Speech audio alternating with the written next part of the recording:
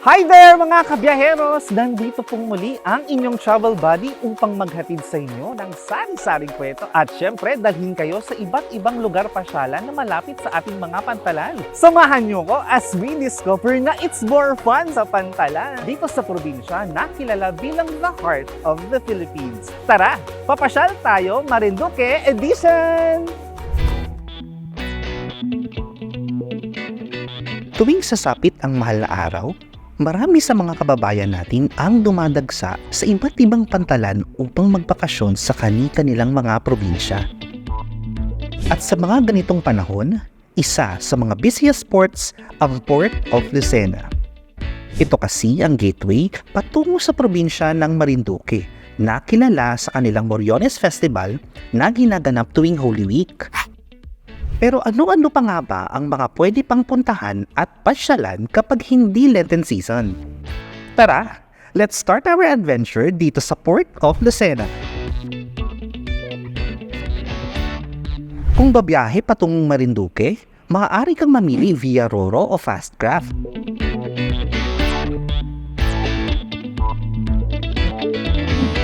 Sa loob ng humigit kumulang 3 oras, mararating mo na ang Marinduque. At habang papalapit na ang barko sa Port of Balanacan, malugod kang sasalubungin ng malaking imahe ng tanyag na Our Lady of Peace and Voyage.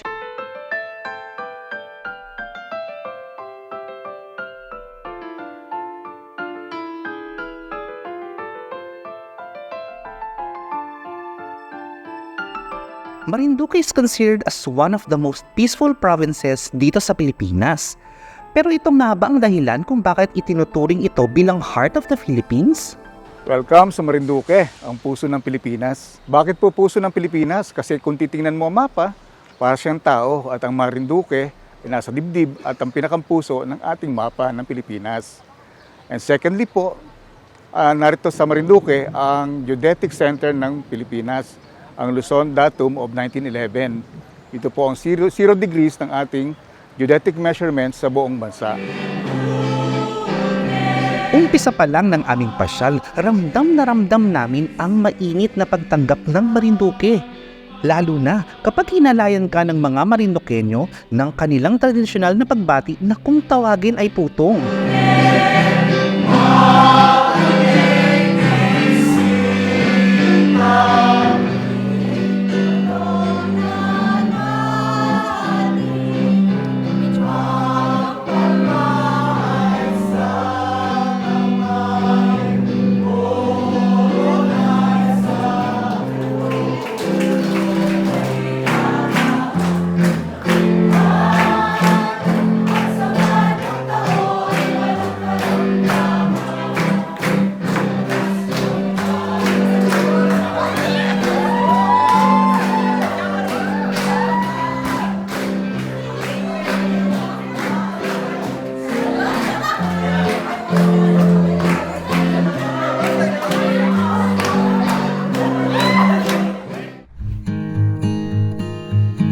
Alam nyo ba na ang Marinduque ay kilala din bilang Butterfly Capital of the Philippines? 85% daw kasi ng mga ine-export na mga paru-paro sa bansa ay nagmumula sa Marinduque. Kung ang Bohol Province ay may bee farm, ang Marinduque Province naman ay may butterfly farm na isa sa pangunahing industriya dito sa probinsya.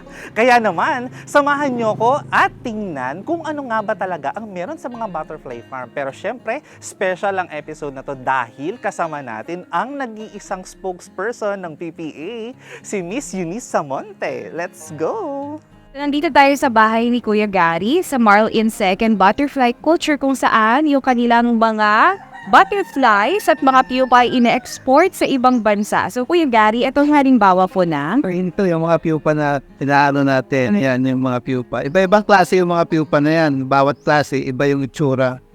May iba rin yung mga pupa nila. Saan po formally ito nakapadanas? Ito na culture niyo pong pupa. Saan? Sige nga, ang ano ko ngayon ay sa Europe. Ay, Europe. Bakit sa Marinduque? I mean, ano yung weather sa Marinduque na what makes it special for the butterflies? Ang pagkakaiba lang natin sa ibang probinsya, una, marami ditong butterfly Pangalawa, yung ating mga breeders ay hindi sumusuko na mag-alaga. Unlike sa ibang probinsya na madali silang sumuko. Ang hinaan ng loob, no? Ang butterfly kasi minsan parang manok na pipiste rin. Pag napiste, nadi-discourage na yung ibang mga breeder. Pwede mo siyang mahawakan. Pwede na. 1984 pa nang magsimulang mahilig si Kuya Gary sa mga paru-paro. At noon ngang 1990, dito na niya binuksan ang kanyang butterfly garden para sa mga turista. Dito ay hindi ka lang maaaliw sa ganda ng mga makukulay na paru-paro. Lalawak din ang iyong kaalaman tungkol sa iba't ibang species ng paru-paro at ang kanilang life cycle. Ilan ang lifespan ng butterfly? Maigsi lang, katulad nito. Ito ang pinakamahabang lifespan, umaabot ng 3 months. Itong pupa na ito yung ginagamit sa mga kasal, sa mga birthday. Okay. Hindi na kalapati yung ginagamit natin ngayon, lalo na yung mga artista. Ang ginagamit nila, butterfly, kasi ang butterfly daw ay maswerte. Paano nalalaman yung gender ng butterfly?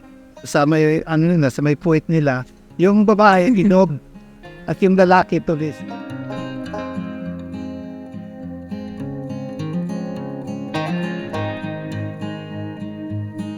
Mamamangha ka din sa koleksyon at souvenir items na mula sa mga paru-paro na likha mismo ni Kuya Gary.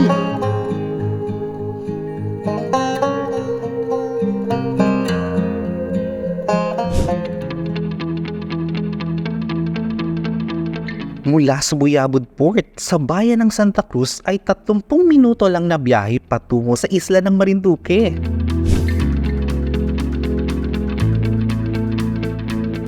Tiyak na mas lalong bibilis ang pintig ng puso mo kapag nasaksihan mo ang ganda ng mga isla at white sand beach sa Maniwaya Island. Kung gusto nyong magbakasyon at mag-retreat into nature, isama sa inyong pasyalan list ang Marinduque. I-level up ang inyong swimming at nature trip experience dito sa Maniwaya Island. And get to know Marinduque's hidden treasure and island paradise. Siguradong di kayo mananawa dito sa Maniwaya Island. Maniwaya kayo!